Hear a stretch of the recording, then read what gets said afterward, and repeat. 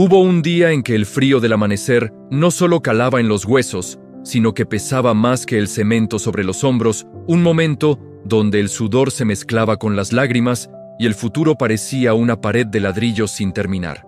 Esta es la crónica de un hombre que decidió dejar de trabajar por dinero para que el dinero comenzara a trabajar por él, transformando el cansancio físico en una visión que nadie más podía ver entre el polvo de la construcción.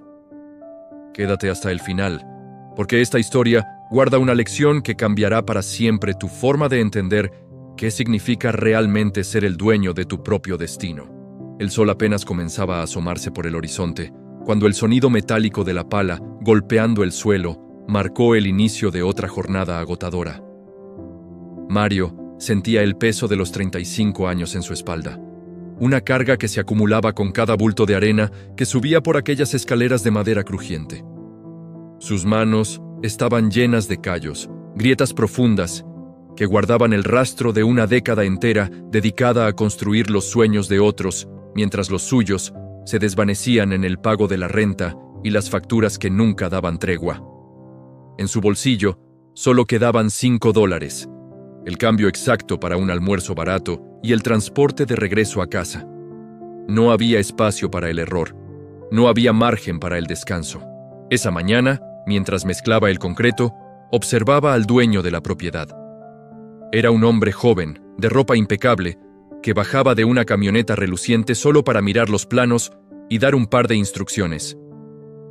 Mario se preguntó qué hacía que ese hombre estuviera de ese lado de la obra, mientras él seguía hundido en el lodo. No era envidia, era una curiosidad punzante, una necesidad de entender por qué, a pesar de romperse la espalda 12 horas al día, su cuenta bancaria siempre estaba en cero al llegar el viernes. La primera gran grieta en su realidad ocurrió durante la hora del almuerzo. Sentado sobre un bote de pintura volcado, Mario compartía un pedazo de pan con un compañero veterano, un hombre llamado Julián, que llevaba 40 años en el oficio. Julián tenía la mirada cansada y los dedos torcidos por el esfuerzo. Mario le preguntó si alguna vez había pensado en tener su propia empresa. El viejo soltó una carcajada seca, llena de una resignación que asustó a Mario. Le dijo que ellos no habían nacido para eso, que su destino era poner un ladrillo sobre otro hasta que el cuerpo dijera basta, y que el dinero era algo que simplemente pasaba por sus manos para terminar en los bolsillos de quienes ya tenían capital. Esa respuesta fue el detonante. Mario miró sus manos sucias y luego miró a Julián. Se vio a sí mismo dentro de 20 años y sintió un escalofrío que no tenía nada que ver con el clima. Entendió que el problema no era cuánto ganaba, sino cómo pensaba. Recordó que la semana anterior había gastado $50 en una cena fuera de casa y un par de cervezas para olvidar el estrés. En ese momento, esos $50 le parecieron una fortuna desperdiciada, una semilla que había decidido quemar en lugar de plantar. A partir de esa tarde, algo cambió en su mirada. Empezó a observar no solo cómo se pegaba un ladrillo, sino cómo se administraba la obra. Notó que el contratista desperdiciaba material, que los tiempos de entrega se retrasaban por falta de organización y que el dinero se escapaba en pequeños descuidos. Mario decidió que no volvería a ver el dinero como una vía para comprar cosas, sino como una herramienta de libertad. El primer paso fue el más difícil, la disciplina absoluta sobre sus gastos personales. Llegó a su pequeña casa, donde el techo goteaba y la mesa de madera bailaba por una pata corta. Se sentó con un cuaderno viejo y un lápiz gastado. Anotó cada centavo. Descubrió que gastaba una cantidad considerable en pequeñas compras impulsivas, en comidas rápidas y en cosas que no necesitaba para sobrevivir. Decidió que, por un tiempo, viviría como si ganara la mitad de lo que realmente recibía. Su meta era clara: acumular un pequeño capital que no tocaría por nada del mundo. No era ahorro para una emergencia, era ahorro para una oportunidad. Sus compañeros empezaron a notar el cambio. Cuando todos iban a la tienda por refrescos y comida preparada, él llevaba su propia agua y un almuerzo sencillo hecho en casa. Se burlaban de él. Le decían que se estaba volviendo un tacaño, que la vida era para disfrutarla hoy, porque mañana no sabían si estarían vivos. Mario solo sonreía y seguía trabajando. En su mente, cada dólar que no gastaba era un soldado que estaba reclutando para su futura batalla. Aprendió que la diferencia entre un pobre y un rico no está en la cantidad de billetes que entran, sino en la capacidad de retenerlos. Un sábado, después de recibir su pago semanal de $250, Mario hizo algo diferente. En lugar de pagar todas sus deudas y quedarse con lo que sobraba, se pagó a sí mismo primero. Apartó $50 y los guardó en una caja metálica debajo de su cama. Ese dinero no existía para el mundo, solo existía para su futuro. El resto lo usó para cubrir lo básico. Fue un mes de sacrificios, de caminar en lugar de usar el transporte cuando la distancia lo permitía, de remendar sus propias botas de trabajo en lugar de comprar unas nuevas. Al terminar el primer mes, tenía $200 en esa caja. Para muchos, eso no era nada. Para él, era la primera vez en su vida que tenía control sobre algo. No era el dinero en sí, era la sensación de poder que le otorgaba el no estar viviendo al día. Esa pequeña victoria interna le dio la confianza para empezar a estudiar el negocio de la construcción desde otra perspectiva. Empezó a quedarse una hora extra, sin que nadie se lo pidiera, solo para hablar con los proveedores de cemento y madera que llegaban a la obra. Les preguntaba sobre los precios al por mayor, sobre los plazos de entrega y sobre las calidades de los materiales. Los proveedores, extrañados al ver a un peón interesado en la logística, comenzaron a darle información valiosa. Mario se dio cuenta de que el contratista para el que trabajaba compraba mal y caro. Había una ineficiencia enorme en la cadena de suministros. Esa noche, en su cuaderno, hizo sus primeros cálculos. Si él pudiera comprar el material directamente y optimizar el uso de los bultos de cemento, el margen de ganancia de una obra pequeña podría aumentar un 20%. Sin embargo, sabía que el conocimiento sin capital era solo un sueño. Continuó con su régimen de austeridad extrema. Hubo días de hambre, días en los que el cansancio le gritaba que se rindiera y que se gastara esos ahorros en una cama mejor o en ropa nueva. Pero Mario tenía una imagen grabada en su mente, la de Julián, el viejo albañil con las manos torcidas, y se decía a sí mismo que ese no sería su final. A los 6 meses, la caja metálica ya no era suficiente. Tenía $1,200 ahorrados. En ese tiempo, había aprendido más sobre administración de lo que muchos aprenden en la universidad, simplemente observando los errores ajenos. Un día, una oportunidad se presentó de la manera más inesperada. Una vecina de su barrio necesitaba construir una habitación adicional en su casa. Era un trabajo pequeño, algo que una empresa constructora grande no aceptaría y que un contratista independiente cobraría muy caro. Mario se acercó a ella. No le ofreció sus servicios como un peón que buscaba un ingreso extra, sino como alguien que podía gestionar el proyecto de manera eficiente. Le presentó un presupuesto detallado, algo que nunca nadie en el barrio hacía. Le mostró cuánto se gastaría en materiales, cuánto en mano de obra y cuál sería su comisión por supervisar todo. La mujer quedó impresionada por la seriedad de aquel hombre que siempre veía pasar con su ropa manchada de cal, pero con una postura llena de dignidad. El trato se cerró en $1,500 por todo el proyecto. Mario usaría parte de sus ahorros para comprar los materiales por adelantado y conseguir un mejor precio, asegurando que la obra no se detuviera. Contrató a 2 jóvenes del barrio que necesitaban trabajo y les enseñó cómo quería que se hicieran las cosas. Con rapidez, pero sobre todo con orden y limpieza. Él mismo trabajaba después de su jornada habitual y durante los fines de semana. Durante esas semanas, Mario casi no dormía. De lunes a viernes trabajaba cargando bultos para su patrón, y de 6 de la tarde a 10 de la noche, más los sábados y domingos completos, dirigía su propia pequeña obra. El cansancio era brutal, pero ya no pesaba igual. Ahora, cada gota de sudor era para cimentar su propia estructura. Descubrió que cuando eres el dueño del proceso, el esfuerzo se transforma en energía. Al terminar la habitación, La vecina estaba tan satisfecha que no solo le pagó lo acordado, sino que lo recomendó con una hermana que vivía en el otro extremo de la ciudad. Mario terminó ese primer trabajo con una ganancia neta de $400, después de recuperar su inversión inicial. Ahora tenía $1,600 y, lo más importante, su primer antecedente de éxito. Pero la prueba de fuego llegó pronto.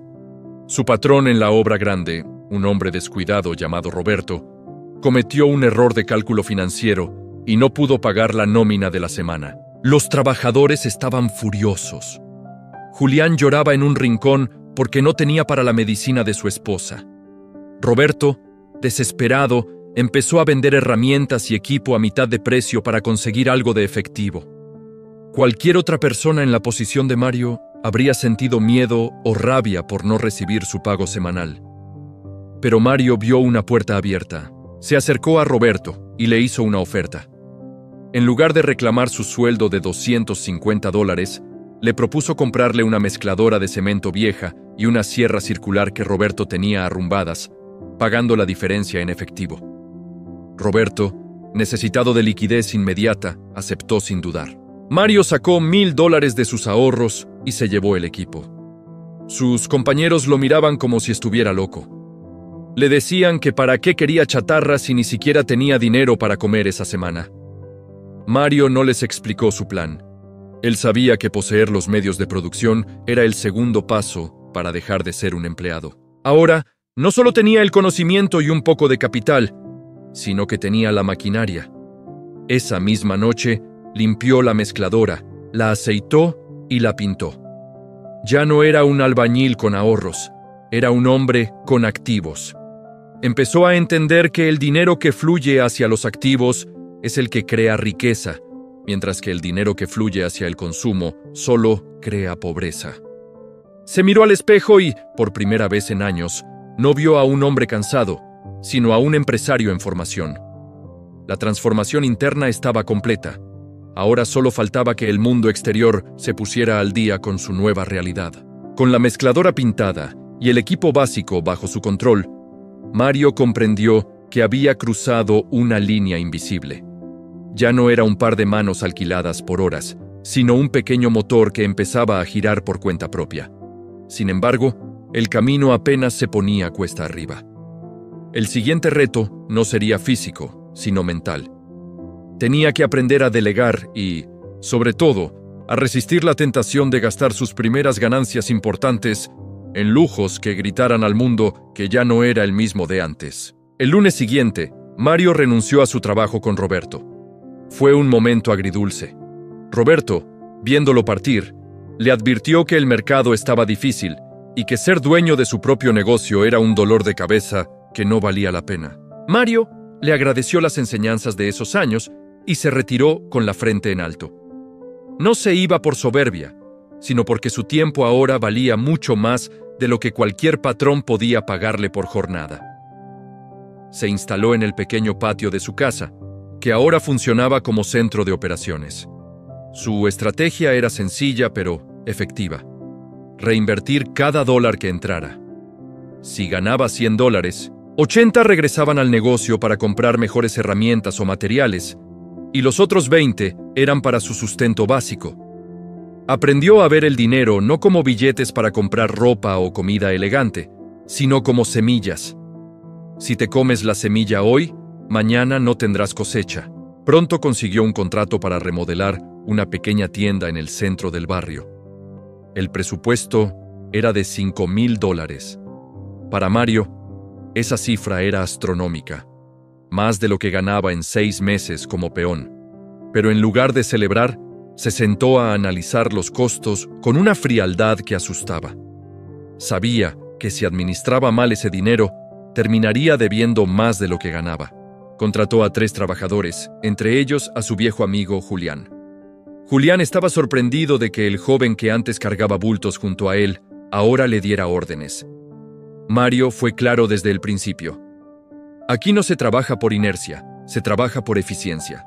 Implementó un sistema donde si terminaban la obra antes de tiempo con la calidad requerida, habría un bono para todos. Por primera vez, los trabajadores no sentían que estaban vendiendo su tiempo, sino que eran socios en un resultado. Fue durante esta obra donde Mario aplicó la técnica del flujo de efectivo que había estudiado. En lugar de pedir todo el dinero por adelantado para gastarlo, pidió pagos parciales basados en avances reales. Esto le permitía tener liquidez para pagar a sus proveedores de inmediato, lo que le dio un poder de negociación enorme. Los proveedores, al ver que Mario siempre pagaba en efectivo y a tiempo, empezaron a darle descuentos preferenciales del 10 y hasta el 15%. Ese descuento no se lo pasaba al cliente. Se convertía en el margen de ganancia pura de su empresa. Sin embargo, no todo fue sencillo. Una tarde, una tubería vieja estalló en la obra de la tienda, inundando parte del local y dañando material que ya estaba pagado. Sus trabajadores entraron en pánico. Julián sugirió ocultar el daño y parcharlo de forma rápida para no perder dinero. Mario, aunque sentía el nudo en el estómago por el costo que eso implicaba, tomó una decisión diferente. Llamó al dueño de la tienda, le explicó el problema y le aseguró que él se haría cargo de todos los gastos de reparación porque su firma valía más que esos $1,000 de pérdida. Esa honestidad le costó casi toda la ganancia de ese mes, pero le compró algo mucho más valioso: una reputación inquebrantable. El dueño de la tienda, impresionado por la integridad de Mario, no solo quedó satisfecho con el trabajo final, sino que lo recomendó con el gremio de comerciantes de la zona. En menos de 2 meses, Mario ya no tenía que buscar trabajo. El trabajo lo buscaba a él, pero el crecimiento trajo nuevos demonios. Con más dinero en la cuenta, la presión social aumentó. Sus amigos de toda la vida, al verlo con contratos más grandes, empezaron a pedirle préstamos o a invitarlo a fiestas costosas. Su propia familia le decía que ya era hora de mudarse a una casa mejor o de comprarse un coche de lujo para que la gente lo respetara. Mario recordaba las palabras que había aprendido sobre la diferencia entre el capital y el gasto. Sabía que un coche de lujo en ese momento sería un pasivo que devoraría su flujo de efectivo en gasolina, seguros y mantenimiento. En lugar de eso, compró una camioneta de carga usada, pero en excelente estado mecánico. No era bonita, pero podía transportar el triple de material que su vieja carretilla. Aprendió que el respeto no se gana con lo que aparentas, sino con lo que construyes. Mientras otros dueños de pequeñas constructoras gastaban sus utilidades en relojes o vacaciones, Mario compraba andamios, mezcladoras profesionales y un pequeño terreno en las afueras para almacenar material al por mayor. Su mentalidad se volvió cada vez más sofisticada. Empezó a estudiar contabilidad por las noches. Quería entender cada columna de sus estados financieros. Descubrió que el verdadero secreto de los grandes empresarios no era trabajar más duro, sino entender el interés compuesto y el apalancamiento. Empezó a usar los créditos bancarios no para consumo, sino para expansión. Si el banco le cobraba un 12% de interés anual, pero él podía invertir ese dinero en un proyecto que le dejara un 30% de utilidad, el banco le estaba financiando su crecimiento. La constructora de Mario, que ahora se llamaba Cimientos del Sur, empezó a tomar proyectos de viviendas completas. Ya no eran solo remodelaciones. Ahora diseñaba y construía desde cero. Pero Mario nunca olvidó el polvo en sus pulmones. A menudo, bajaba de su camioneta, se quitaba el saco y se ponía a trabajar junto a sus hombres por media hora.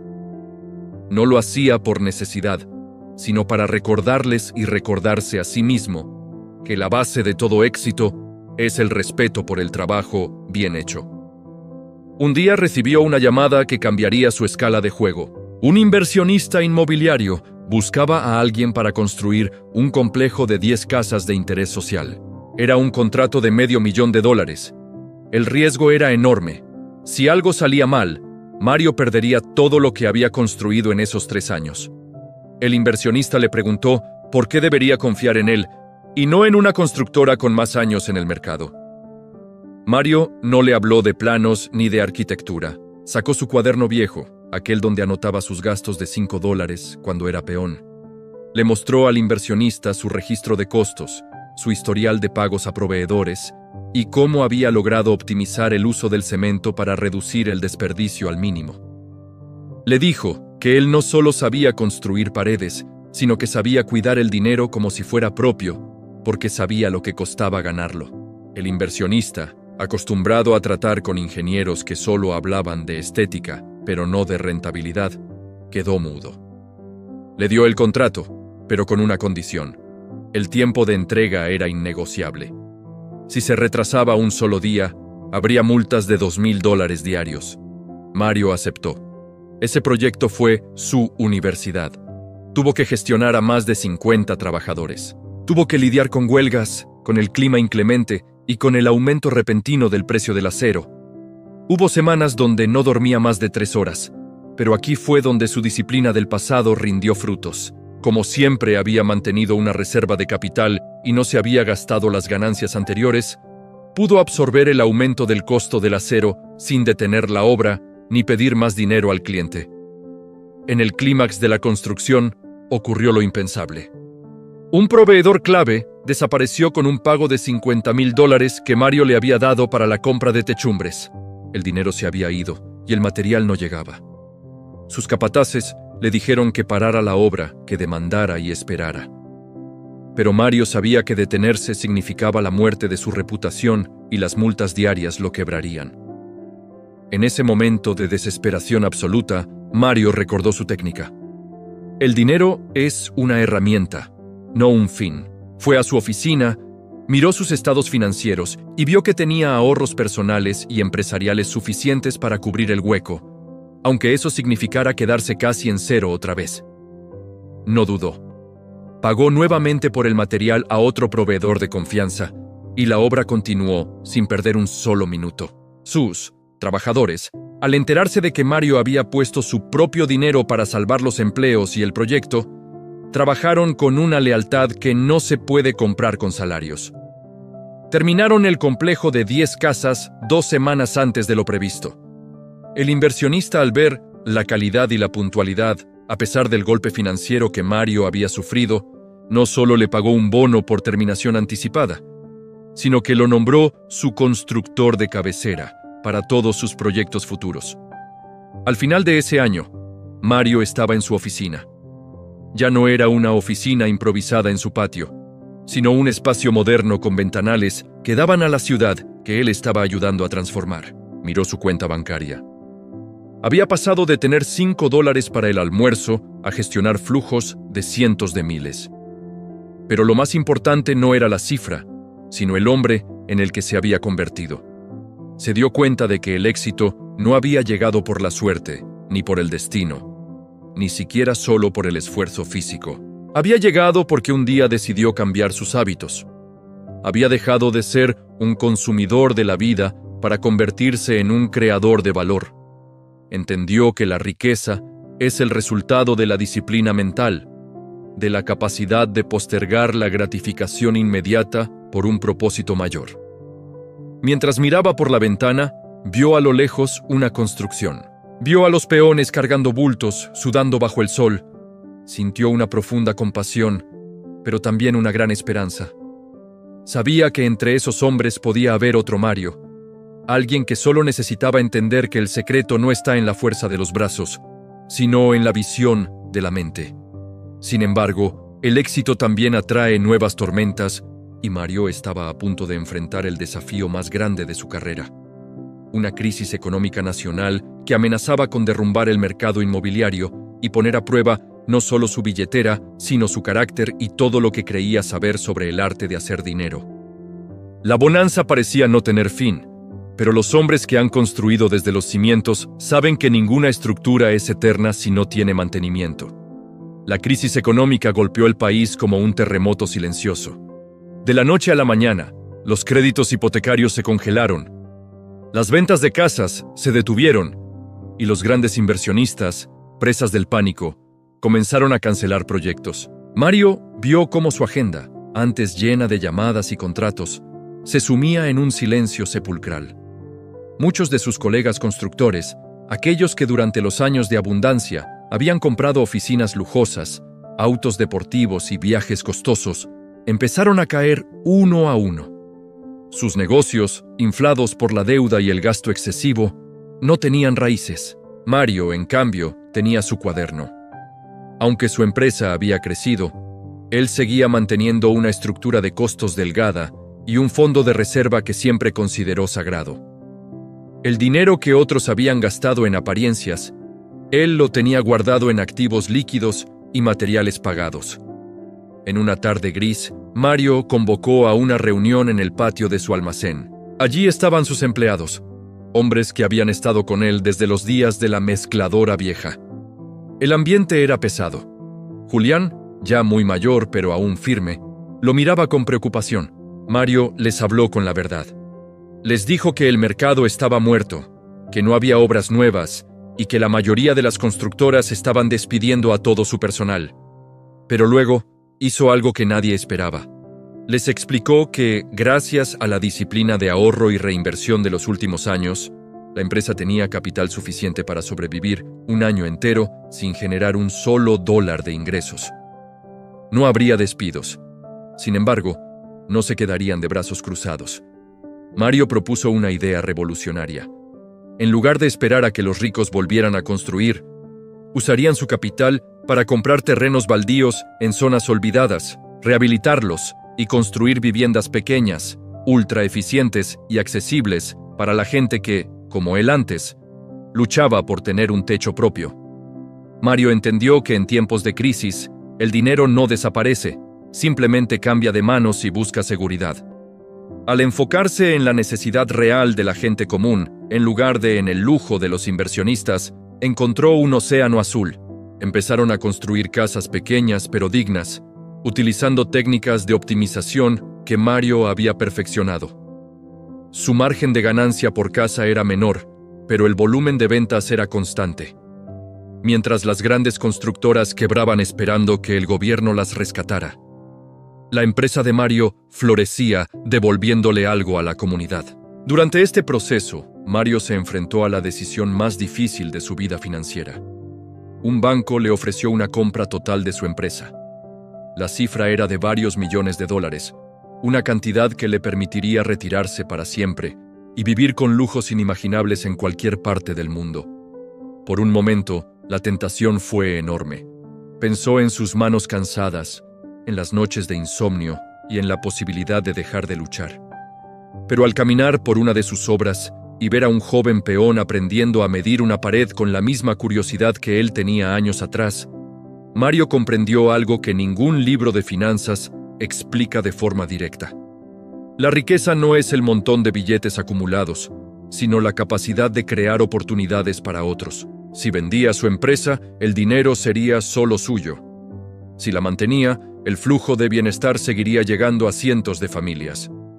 Decidió rechazar la oferta. Ese acto de integridad financiera y humana consolidó su liderazgo. La crisis finalmente pasó, y cuando el sol volvió a brillar sobre la economía, Cimientos del Sur ya no era solo una constructora, era una institución. Mario ya no firmaba cheques por necesidad, sino por visión. Su técnica de pagar primero su futuro, de reinvertir el excedente y de ver el dinero como una energía de transformación, lo había llevado más lejos de lo que jamás soñó aquel día bajo la lluvia. Con el paso de los años, Mario decidió que su oficina no estaría en un rascacielos de cristal, sino en el mismo lugar donde empezó su primer negocio independiente.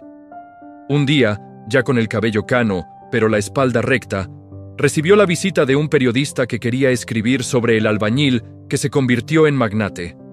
El periodista le preguntó cuál era el secreto, esperando que hablara de algoritmos, de mercados de valores o de conexiones políticas. Mario simplemente sacó de su escritorio un cuaderno viejo, amarillento y desgastado por el tiempo. Lo abrió en las primeras páginas, donde se leían gastos de $2 en pan y $5 en transporte. Le explicó que el arte de hacer dinero no empieza en el banco, sino en la mente. Le dijo que la mayoría de las personas son esclavas del dinero, porque lo usan para comprar una identidad que no tienen, mientras que el hombre libre usa el dinero para construir la realidad que desea.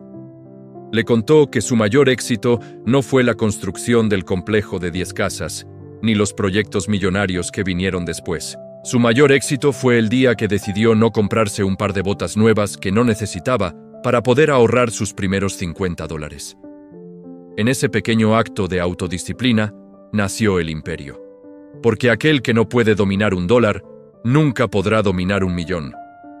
Al final de la entrevista, el periodista le preguntó qué sentía ahora que podía comprar lo que quisiera. Mario sonrió con una paz que solo da el deber cumplido. Miró por la ventana hacia una de sus escuelas técnicas gratuitas que había fundado para jóvenes albañiles. Le respondió que la verdadera libertad financiera no es poder comprar cosas caras, sino tener la tranquilidad de que tu tiempo te pertenece por completo y que tu trabajo ha dejado el suelo un poco más firme para los que vienen detrás. Mario se levantó, se puso su chaqueta y caminó hacia la salida. En el pasillo se encontró con el hijo de Julián, que ahora era el ingeniero jefe de la empresa. Se dieron un abrazo fuerte. La historia de aquel hombre que cargaba bultos ya no era una leyenda. Era un camino trazado para cualquiera que estuviera dispuesto a mirar más allá del cansancio del presente. La vida de Mario es el testimonio de que el capital más importante que poseemos no está en la billetera, sino en la voluntad. Dejó de ser un peón el día que dejó de pensar como uno. Entendió que el dinero es un excelente servidor, pero un amo terrible.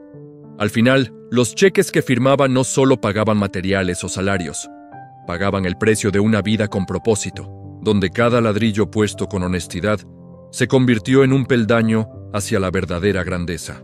Cualquier persona, en cualquier lugar del mundo, puede estar hoy mismo donde él empezó. Quizás sientas que el peso de la vida es demasiado, que tus bolsillos están vacíos y que las paredes que te rodean son demasiado altas.